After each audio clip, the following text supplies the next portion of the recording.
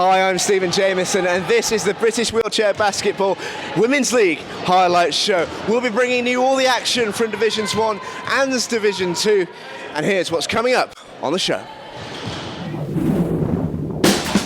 In our featured game, we take a look at the GLL and Aspire London Titans take on Coventry Wheelchair Basketball Academy All-Stars. There's all the highlights from a topsy-turvy round in Division 1, and we'll also show you the best bits from Division 2's weekend. So on that evidence, we've got plenty to look forward to in the next 15 minutes or so. Now, the Women's League is in its 10th year this year, and it's set to be bigger and better than ever before. And to tell us why, I'm joined by Joe Richards, who's the Development Director at the BWB. And Joe, what sets wheelchair basketball apart from other sports? I think the main difference is that we're a fully inclusive sport, so no matter what age, ability, you can all come and play together in such an inviting environment. We've probably got about 50% of the players here today that don't use a wheelchair full time.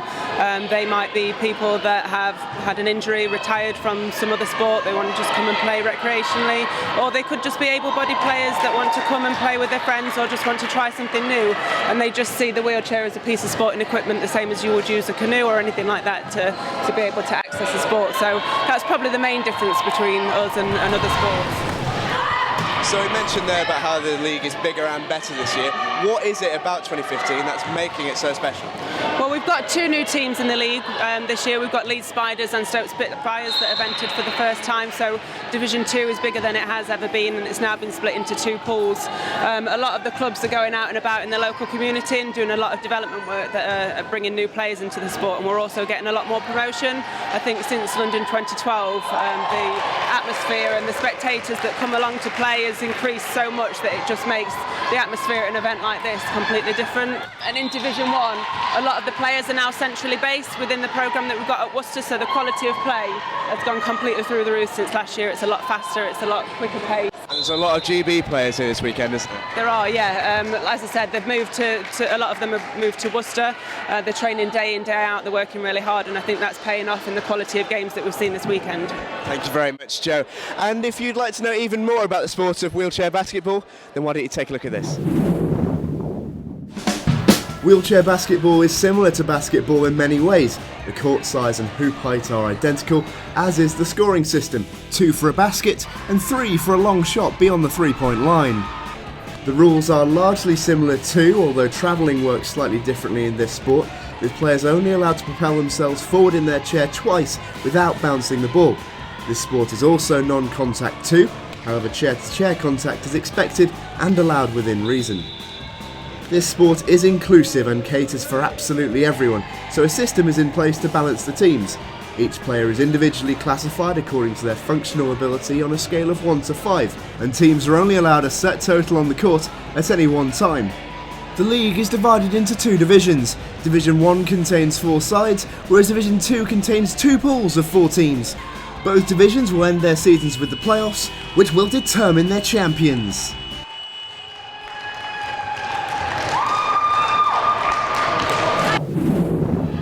Okay, then it's time to look at our first featured game of the series. It's the first game of the Division 1 season, and it's the London Titans facing off against the Coventry Wheelchair Basketball Academy. Let's take a look at the action. This clash saw Coventry face something of a baptism of fire. In this, their first game in Division 1 after winning Division 2 last time around. The London Titans, coached by legendary Paralympian Anne Wilde, were heading into this season aiming for top honours. And it was the Titans who had the first possession, with ex-Great Britain player Helen Turner grabbing the ball and carrying it down court. The number 12's radar was a touch off this time around though. And it was Coventry who managed to put the first points on the board, as Helen Tolley seized upon the loose ball and converted to put her side ahead. The Titans didn't take it lying down though, and went straight back up the other end with Fee Tillman leading the charge. Tillman picked out another one of the GB stars on show, Jude Hamer, and the Titans 25 showed her class with a great shot to level the scores. The Titans began to assert some dominance, and it was Hamer again at the heart of it, where we rejoined the action, converting for 2 and a score of 14-4. Coventry's youthful side showed plenty of attacking verve, but didn't quite have the clinical nature of their more experienced opponents. Charlotte Moore's miss here the catalyst for a Titans counter, and this time Hamer turned provider for Louise Sugden to lay up for 2 more.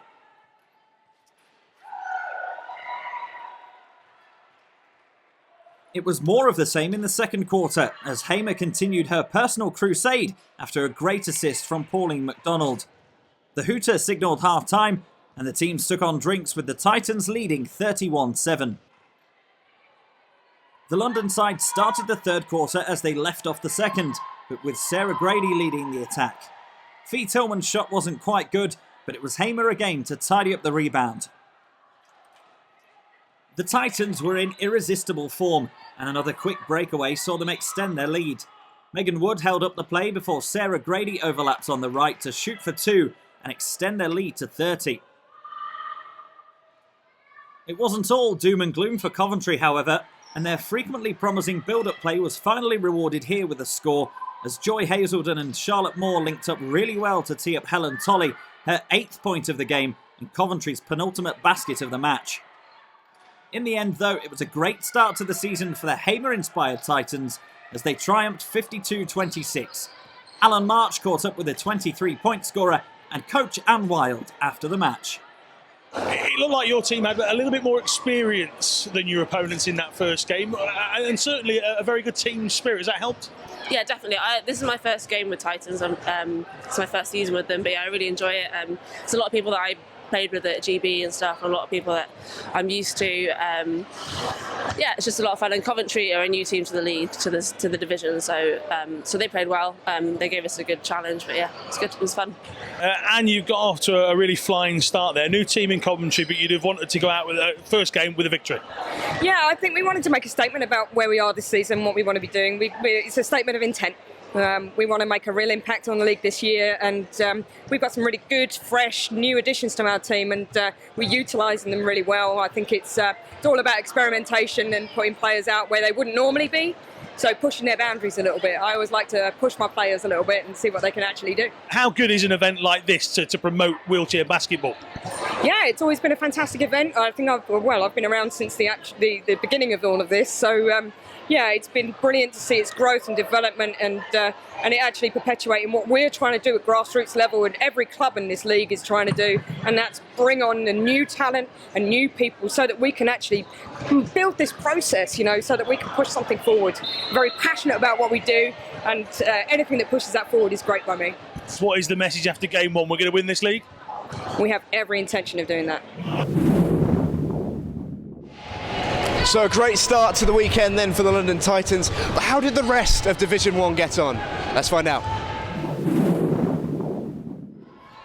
We start the roundup with the Steelers against the Vixens. Jordana Bartlett here, who scored 10 points and collected 10 rebounds for the game. The Vixens were in for a testy morning though. Leanne Adams here with this near miss. Now note the rebound taker, Steelers number 11 and GB Paralympian Maddie Thompson. This solo effort, just an example of her quality as she finished the game with 22 points. It finished Vixens 46, Steelers 61.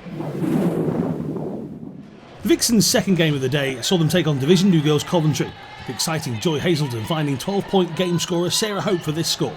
The Vixens' Amy Conroy was a deciding factor in this game, scoring a superb 31 points.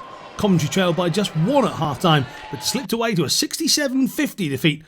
We asked Siobhan Fitzpatrick, what were the team's expectations? I think this season is going to be really building a bridge to where we are, really hold our own, show you the teams that we are able to be in a first division environment, and then I think building on to next season will really give them a proper fight and hopefully win. After both teams made a winning start to their campaign, this game promised to be a cracker, and it didn't disappoint. Bartlett and Thompson were again in great form, combining well on this attack.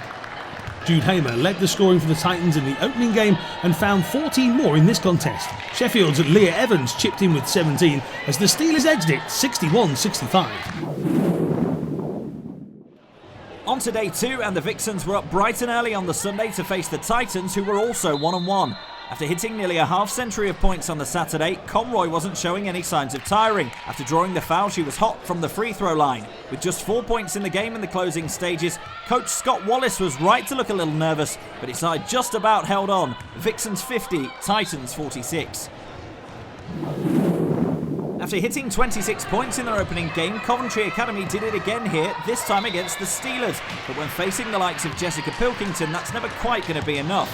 Steelers were enjoying their time on the court and the crowd loved it too. Sophie Carrigill put points on the board for Sheffield, whilst 15-year-old GB player Hazelden top scored for Coventry with 8. Steelers took it 59-26.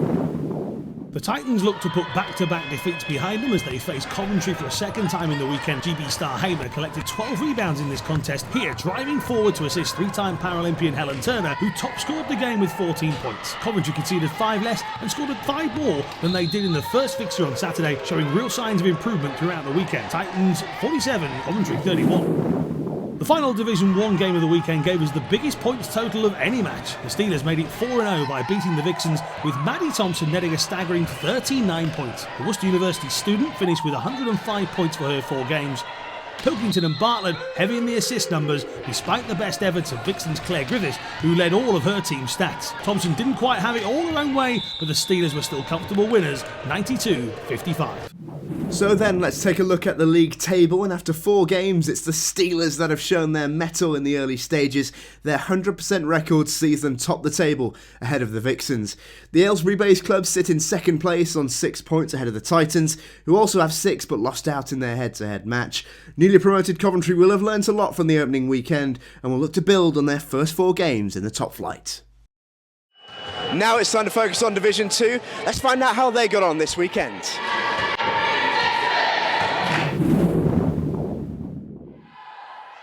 Titans seconds were up first in Division 2, facing fellow Pool A side Bells Angels of the North. Catherine Eason helped herself to 10 points in the game, including this score. Charnel Barrett top scored for the London side with 14. The Angels survived a third quarter fight back though to win this one 50-29. Steelers seconds won the tip-off in this game and set the tone early on, proving to be too strong for the Spitfires in many aspects. The Steelers' direct approach worked well for Leah Evans on this occasion. Evans would go on to finish the game as joint top scorer with 18 points, along with Lauren Rycroft, number 20, who also led the rebounds with 8. Steelers too strong, winning 68-9. The Eastern Blue Stars went up against an impressive Leeds team in their first game, Kate Parris coming close with her effort, but the Black Widows were in control. Leeds utilised the shooting accuracy of Gina Smallwood. The England wheelchair rugby star and multiple British record breaker for shot put, discus and javelin fired in 30 points as the Widows won 61-8. Bells Angels of the North seconds came up against the soaring Blackhawks. Denise Dramis a danger throughout, netting 16 points in this victory. The Blackhawks needed 4 bites of the cherry on this attack and will have to sharpen those talons for tougher fixtures in future weeks. Bells Angels of the North second team 6, Blackhawks 49. Simone Matthews scored 3 of the Angels' seconds points in this game as they came up against the Blue Stars. This solo effort a highlight for the team as the Blue Stars then took control. Emily Scrivener notched 10 points in the match with the Blue Stars winning 28-9. We spoke to Angels seconds coach Anna Jackson after the game. First week of the season, how's that all gone? It's been really good, really good. Our first team had a couple of tough games and it's nice to blow the cobwebs away, and then coaching the second team today has been absolutely brilliant. Lots of new players, lots of new faces, absolute raw talent.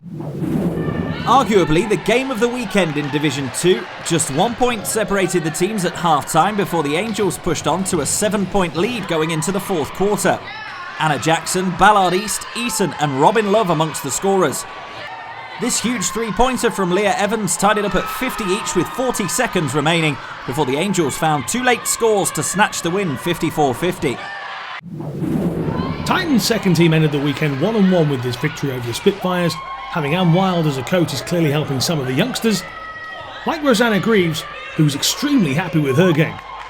Titans took this 43-10. The second division saw a lot of new players to wheelchair basketball in round 1. We caught up with one of them from the Spitfires. Tink, you took up main basketball at 54. A year later, you're playing your very first competitive game. How's this weekend been? Oh, it's been absolutely brilliant, just fantastic. I've loved it. I've learnt so much.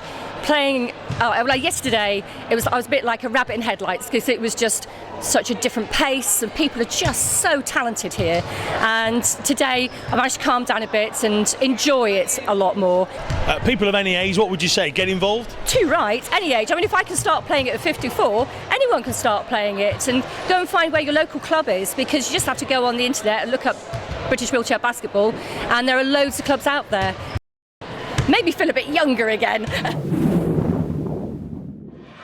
Coming right at you with the final game of the highlights now, this tight affair between the Blackhawks and the Black Widows saw the defences on top. Denise Tramis with the score for the Blackhawks.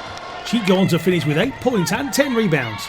This was their second game of the weekend, so both teams made full use of their timeouts, but it was the Leeds Spiders Black Widows spinning their way to victory 32-25. There are 2 pools in Division 2, don't forget, so we'll start with Pool A. Bells Angels of the North had a great weekend in Nottingham, scoring over 100 points in their 2 victories. With sights set on Division 1, they've made the perfect start. Both Steelers and Titans second teams won 1 each, but will face off against each other in the next round of games, whilst the 4th place Spitfires will be taking on the Angels. In Pool B, it's a similar picture. The Black Widows were fresh enough from their trip down the M1 to win both games at the Wildcats Arena and take themselves home the maximum 4 points. Blackhawks and Blue Stars are level on 3, with the Blackhawks finishing with a better points difference this weekend. The 2 teams play each other in the next round, with the Bells Angels of the North second team meeting the Black Widows. So that's that then for round 1 of the Wheelchair Basketball Women's League here in Nottingham at the Wildcats Arena. Been a fabulous weekend for all involved, and indeed if you'd like to find out more about the sport, then please visit the British Wheelchair Basketball Association website, where you can find out all you need to know. We'll see you here next time for round 2, and until then, goodbye.